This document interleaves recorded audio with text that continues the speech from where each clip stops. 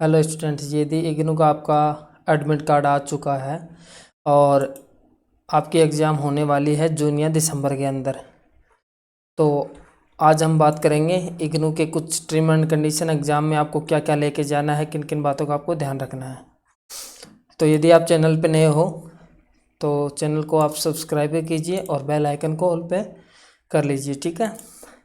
तो देखिए, आज हम बताने वाला हूँ इग्नू में जब आपका एडमिट कार्ड आता है तो जो भी आपके थ्योरी पेपर रहते हैं वो 2 शिफ्ट में रहते हैं, इवनिंग और मॉर्निंग के अंदर। जो टाइमिंग है वो 10 to 1 PM तक रहता है और इवनिंग का रहता है आपका 2 से 5 PM तक। तो यदि आपका एडमिट कार्ड पे अगर फ़ोटो वगैरह नहीं चिपका है तो वो आप फ़ोटो अलग से भी चिपका सकते हैं और आपके सेंटर के आप सील लगवा सकते हैं। तो देखिए, इग्नू के कुछ ट्रिम एंड कंडीशन है, तो आपको थोड़ा ध्यान होना चाहिए। आपको क्या, एक तो आपको ये हॉल टिकट लेके जाना है। अगर हॉल टिकट पे फ़ोटो नहीं है तो फ़ोटो आपको चिपकाना है। उसके बाद में यदि आपका जो पहला इसमें पॉइंट है उसमें ये लिखा है, यदि आपका एनरोलमेंट नंबर यदि 10 डिजिट का है, जैसे मान लो एग्जांपल के लिए अगर आपका ये 9 डिजिट का आपका एनरोलमेंट नंबर है, किसी का 10 है, यदि आपका 9 डिजिट है तो या तो आपको पहले उसको 10 डिजिट या तो आपको 0 बनाना है, ठीक है। अगर 0 नहीं, अगर कॉलम आपके 10 आ रहे हैं, 9 है, तो लास्ट में आपको क्रॉस करना है। अगर आपका लास्ट में क्रॉस नहीं करते हो तो पहले भी आप क्रॉस कर सकते हो, या फिर पहले आपको 0 लगा देना है, ठीक है। तो ये आपका 10 डिजिट हो जाएगा।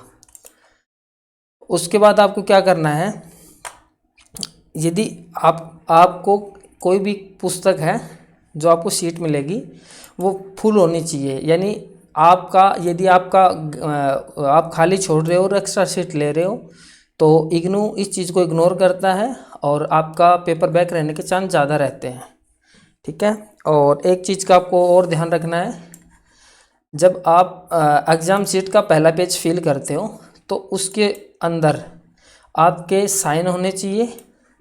और जो भी सेंटर का, एग्ज़ाम सेंटर का जो सील है, यानी जो गाइड टीचर रहता है वहाँ पे, जिसकी भी ऑन ड्यूटी रहती है, उनके भी सिग्नेचर होने चाहिए।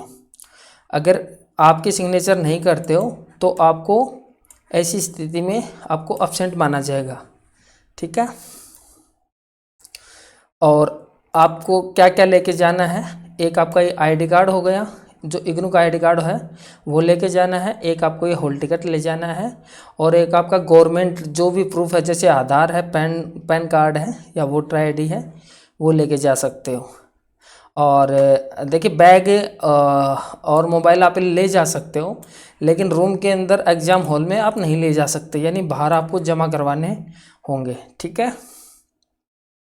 और आपको जो इसमें टाइम दिया हुआ है उससे आप 30 मिनट्स आप पहले आपको पहुंचना होगा। जैसे 10 PM का तो 9:30 तक आपको पहुंचना है। अगर 2 PM से आपका पेपर है तो आपको 1:30 पर पहुंचना होगा। अगर आप इस टाइम के बाद आते हो तो एग्ज़ाम में आपको नहीं बैठने दिया जाता है, ठीक है। और यदि मान लो फिर भी आपका अगर पेपर छूट जाता है इसी कंडीशन में, यदि आप बीच में जैसे ट्रैफिक की वजह से या कोई डेट निकल जाता है, कुछ बच्चे भूल जाते हैं, तो उस कंडीशन में भी आप ये पेपर नहीं दे सकते। आप नेक्स्ट सेशन में ही दे पाओगे, लेकिन उसके लिए आपको एग्जामिनेशन फॉर्म फिलअप करना होगा। अब देखिए, कुछ ऐसे सब्जेक्ट्स हैं जो 50 मार्क्स के होते हैं और कुछ ऐसे हैं जो 100 मार्क्स के होते हैं। तो 50 मार्क्स में आपको 2 हॉर्स मिलते हैं और 100 मार्क्स में आपको 3 हॉर्स मिलते हैं। ये देखिए, इसमें कुछ ये सब्जेक्ट हैं, ये OMR शीट बेसिक होते हैं, यानी ऑप्शनल टाइप होते हैं, ठीक है। इसमें ये BA के सब्जेक्ट होता है और ये भी होता है। और ये जो भी DC डिप्लोमा के जो सब्जेक्ट है 3, ये भी आपके MCQ टाइप होते हैं। ये इनमें से यदि आपका कोई सब्जेक्ट है तो वो MCQ टाइप होगा, ठीक है। तो ये मैंने कुछ बेसिक आपको डिटेल बताई है। इसको आप पूरे जो पॉइंट हैं आप ध्यान से इसको रीडिंग कीजिए और उसके बाद ये आपको पेपर में इन बातों का ध्यान रखना है।